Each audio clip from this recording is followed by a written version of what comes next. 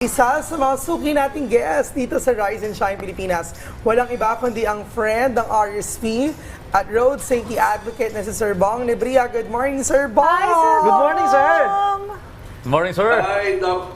Ang RSP, Audrey, Dayan, Phoebe, and Ryan, magandang umaga sa inyo at happy anniversary. Ayan, maraming salamat, Sir Bong. Una na ako magtanong, Sir Bong, kamusta ka na?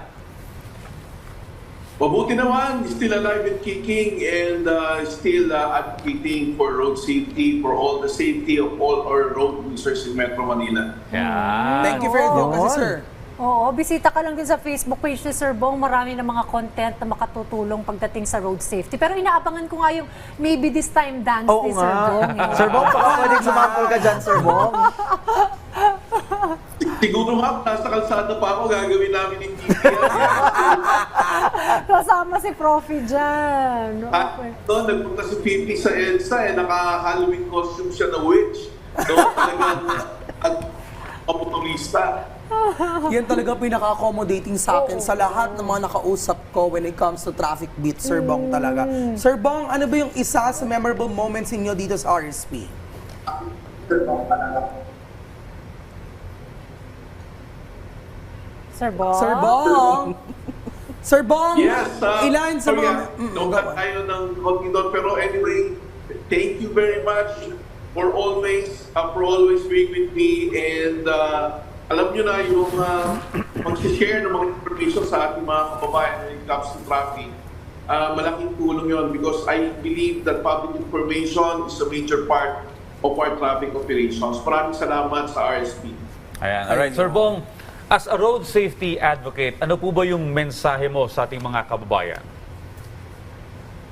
Well, road safety is a shared responsibility. Responsibilidad po ng lahat ng mga gumagamit ng kalsada na panatilihin ang kaligtasan, hindi lang po personal, pero kaligtasan po ng bawat isa.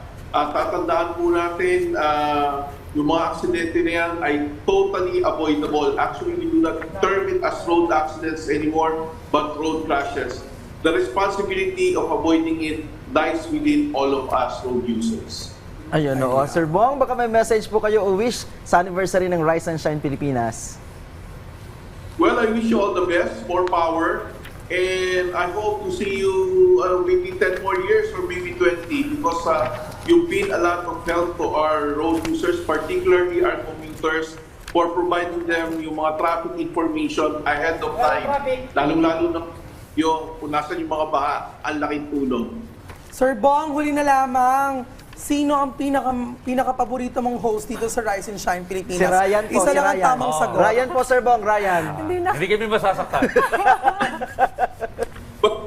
Well, actually, I've known Dayan for so many years. Pero, Ganon, Sir Bong.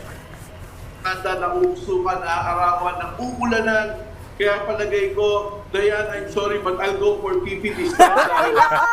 Expect ko na yan, Sir I'm Bong. sorry, it's mine. Ikaw pa rin talaga. Yes, I'm the queen.